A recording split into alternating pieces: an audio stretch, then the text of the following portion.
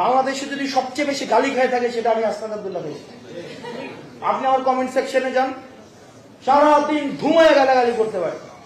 আমি কোনোদিন বন্ধ করছি আজকে পর্যন্ত নেভার। আমি এক মিনিটের জন্য আমি আমার কমেন্ট সেকশন অফ করিনি। আমার পার্টি নিয়ে সমালোচনা করবেন সারাদিন, আমরা ফাইন্যান্স কোথায় পাই, এটা কোথায় পাই, সেটা কোথায় পাই, টাকা কোথায় পাই, দামি শার্ট কোন জায়গা থেকে পরি, জুতা কোন জায়গা থেকে পরি, এগুলো আমাদেরকে নিয়ে কম সমালোচনা হয়?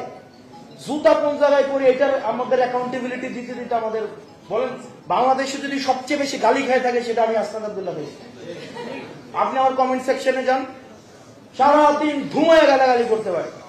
আমি কোনোদিন বন্ধ করছি আজকে পর্যন্ত নেভার। আমি এক মিনিটের জন্য আমি আমার কমেন্ট সেকশন অফ করিনি, নেভার করি নাই। আপনি আপনার গালিটা প্রকাশ করেন।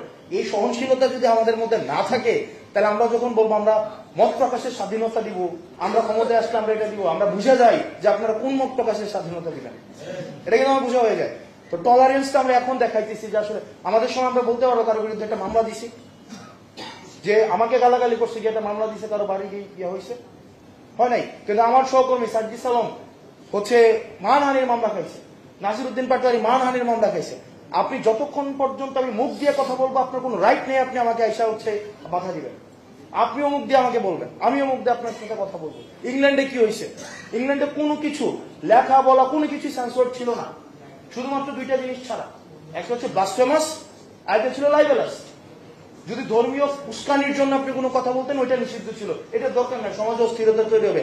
আদারওয়াইজ আপনি যাকে নিয়ে ইচ্ছা তাকে নিয়ে কথা বলবেন, কোনো সমস্যা নেই।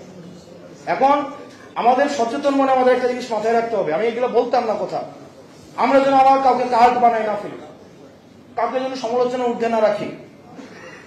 সবাই সমালোচনা যোগ্য, সবাইকে প্রশ্ন করতে হবে। আমাকে প্রশ্ন করেন না আপনারা যে টাকা কোথায় পাই, প্রশ্ন সবাই করে, আমরা এক্সপ্লেনেশন দিতে হয়।